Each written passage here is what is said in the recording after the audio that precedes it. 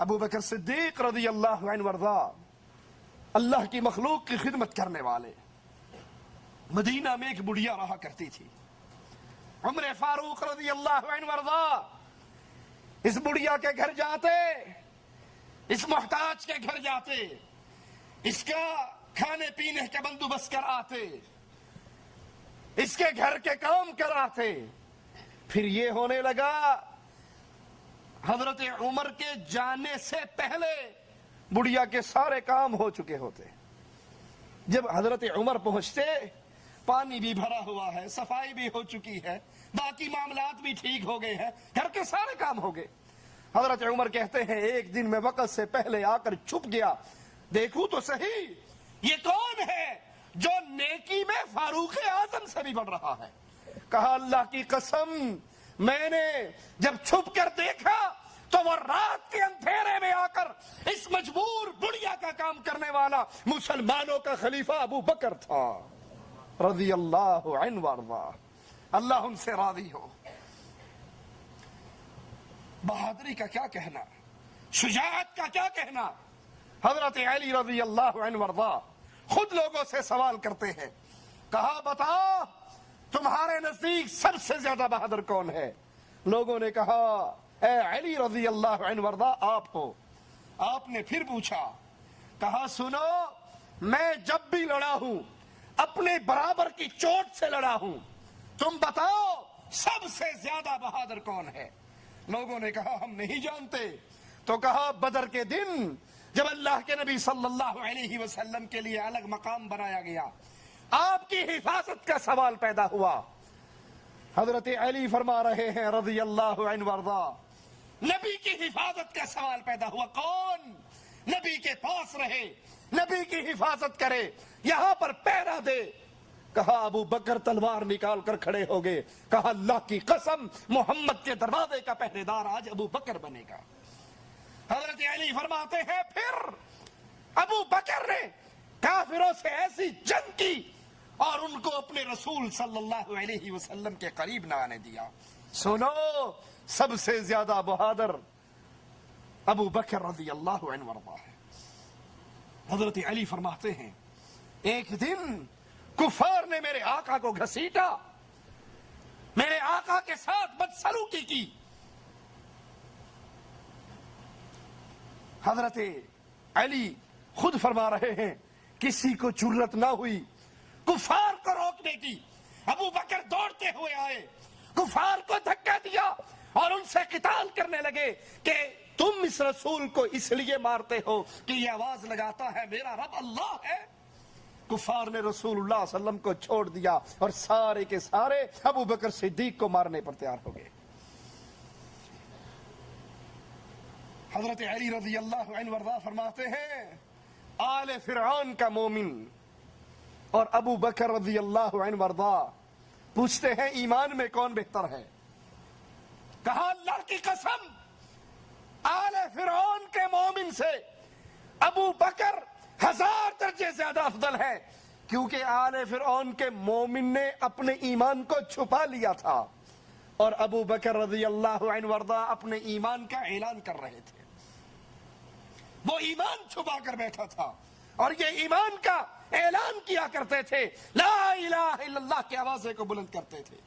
حضرت حسن سے روایت ہے کہ سیدنا ابو بکر نے وفات سے قبل فرمایا, سنیے حضرت حسن کی گواہی رضی اللہ عنہ وارضا, وفات کے قریب امیر المؤمنین خلیفۃ الرسول ابو بکر صدیق رضی اللہ عنہ وارضا فرما رہے ہیں لوگو یہ اونٹنی جس کا دودھ ہم پیتے ہیں, یہ پیالہ جس میں ہم کھانا کھاتے ہیں, اور یہ چادر یہ عمر کو دے آؤ اور اس کو کہہ دو بطور خلیفہ یہ چیزیں میں نے بیت المال سے لی تھی اور آج مرنے سے پہلے بیت المال کو واپس لوٹا رہا ہوں.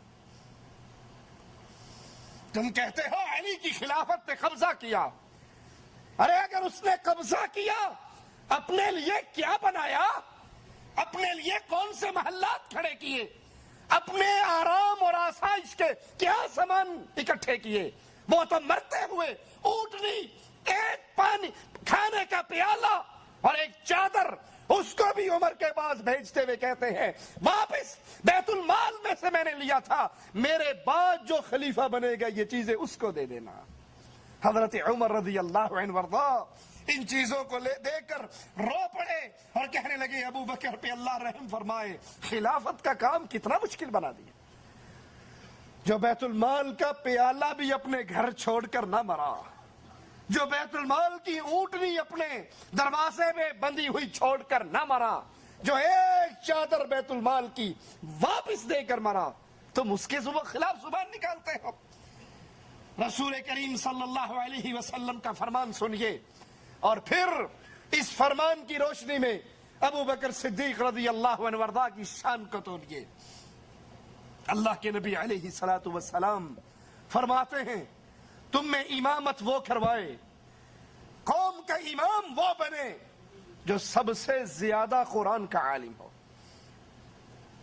امام کون بنے؟ جو قرآن کا زیادہ عالم ہو۔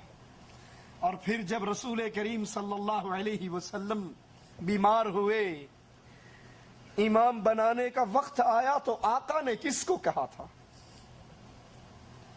عباس کو کہا، علی کو کہا، حسن کو کہا، حسین کو کہا، کس کو کہا؟ ابو بکر صدیق رضی اللہ عنہ وارضا۔ اور رسول امام وہ بنتا ہے جو قرآن کا سب سے بڑا عالم ہو۔ تو ثابت ہوا کہ تمام صحابہ، انصار اور مہاجرین، ان سب میں قرآن کا سب سے بڑا عالم ابو بکر صدیق رضی اللہ عنہ وارضا تھا۔ اسی لیے جب قرآن کی یہ سورت نازل ہوئی تھی اذا جاء نصر اللہ والفتح ورأيت الناس يدخلون في دین اللہ افواجا، ابو بکر صدیق اس سورت کو سنتے ہیں اور کہتے ہیں اے نبی میرے ماں باپ آپ پہ قربان ہو جائے۔ یہ کہا اور رونے لگ گئے۔ لوگوں نے کہا اس بوڑھے کو دیکھو، کتنی خوشی کی بات ہے کہ دین اسلام پورا ہو رہا ہے، مسلمانوں سے مدد کے وعدے پورے ہو رہے ہیں، لوگ لشکر در لشکر اسلام میں داخل ہو رہے ہیں، اور یہ ابو بکر رو رہے ہیں۔ آپ نے کہا جس کو میں سمجھا ہوں تم نہیں سمجھ سکے۔ جب اسلام غالب ہو جاتا ہے، اسلام پورا ہو جاتا ہے، تو پھر اس نبی کی حاجت اس دنیا پہ باقی نہیں رہتی۔ جہاں اللہ کی نعمت پوری ہوئی ہے وہاں اس آیت میں یہ پیغام بھی ہے کہ اب جناب محمد کریم صلی اللہ علیہ وسلم ہم سے جدا ہونے والے ہیں۔ جب نبی فوت ہو گئے، صحابہ نے کہا سب سے زیادہ قرآن کا علم، قرآن کا فہم ہمارے اندر صرف ابو بکر صدیق کو تھا، ان سے زیادہ قرآن سمجھنے والا کوئی نہ تھا۔ اسی لیے رسول کریم صلی اللہ علیہ وسلم نے ان کو تمام صحابہ کی موجودگی میں امام بنایا۔ حضرت عائشہ رضی اللہ تعالی عنہا ایک موقع پر اپنے بابا کو ان الفاظ میں یاد کرتی ہیں، واللہ میرے والد سے کوئی بلند سے بلند ان کو چھو بھی نہ سکتا تھا، وہ مضبوط قلعہ دراز سویا تھے، انہوں نے تمہاری مدد کی جب تمہیں ضرورت پڑی، وہ آگے بڑھے جب تم سست ہوئے، فتنے پھیلے، تو ابو بکر صدیق رضی اللہ عنہ وارضا اپنے گھر سے اسلحے سے لیس ہو کر ننگے قدموں نکلے اور کہا سنو اگر آج کوئی نہیں لڑے گا تو اکیلا ابو بکر اللہ کی توحید کے لیے آج جہاد کے لیے نکل چکا ہے۔ حضرت علی سوار ہو کے پیچھے گئے، خلیفۃ المسلمین واپس آ جائیے، اگر آپ کو کچھ ہو گیا پھر خلافت کا نظام دوبارہ قائم نہ ہو سکے گا۔ تمہاری مان لے کہ اہل بیت کی دشمنی تھی ابو بکر سے، تو جب ابو بکر جہاد کے لیے نکل رہے تھے حضرت علی کو تو کہنا چاہیے نا چھیتی جاوے جان چھوٹے، میرا راستہ صاف ہوئے، وہ پیچھے کیوں گئے تھے؟ انہوں نے منتیں کیوں کی تھی؟ وہ واپس لے کر کیوں آئے تھے؟ تم جھوٹ بولتے ہو، علی سچ کہتے ہیں۔ علی اور صحابہ کی محبتیں تھی، پیار تھا، اسی لیے حضرت علی ابو بکر صدیق کے پیچھے نکلے۔ حضرت عائشہ فرماتی ہے بچپن، جوانی، بڑھاپے میں میرے بابا قریش کے نامور مردوں میں سے تھے، وہ محتاجوں کی مدد کرتے، وہ اسیروں کو رہائی دلاتے، ان کا تعلق اللہ سے بہت قوی تھا، یہاں تک کہ انہوں نے اپنے گھر میں مسجد بنائی تھی۔ ابو بکر صدیق رضی اللہ عنہ وارضا اپنے گھر کی مسجد میں قرآن کی تلاوت کرتے، کفار کے نوجوان آپ کا قرآن سنتے، اللہ سے اتنی محبت، اپنے گھر کے اندر مسجد بنائی، باطل پرستوں نے توحید کو مٹایا تو ابو بکر صدیق رضی اللہ عنہ وارضاہ نے اس کو زندہ کیا، اس کو قائم کیا۔ عائشہ فرماتی ہے میرے بابا کا ایمان کفار پہ بہت بھاری تھا، قریش نے ان کی طرف کمانیں کھڑی کی، اپنے تیر سوتے، انہوں نے سارے حربے استعمال کر لیے، لیکن میرے بابا کو دین اسلام کی تبلیغ سے باز نہ کر سکے۔ اور اللہ میرے بابا سے اتنا راضی ہوا کہ اللہ نے اپنے رسول پہ خرچ کرنے کے لیے ابو بکر کے مال کو پسند کیا۔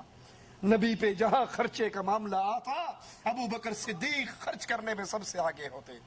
اور وفات رسول کے بعد جب شیطان اپنے لشکروں کے ساتھ مسلمانوں پہ حملہ آور ہوا، کوئی مرتد ہو رہا ہے، کوئی زکوٰۃ کا انکار کر رہا ہے، تو حضرت عائشہ رضی اللہ تعالی عنہا فرماتی ہے یہ میرے بابا تھے جنہوں نے تلوار کی، جہاد کی تلوار کو بلند کیا۔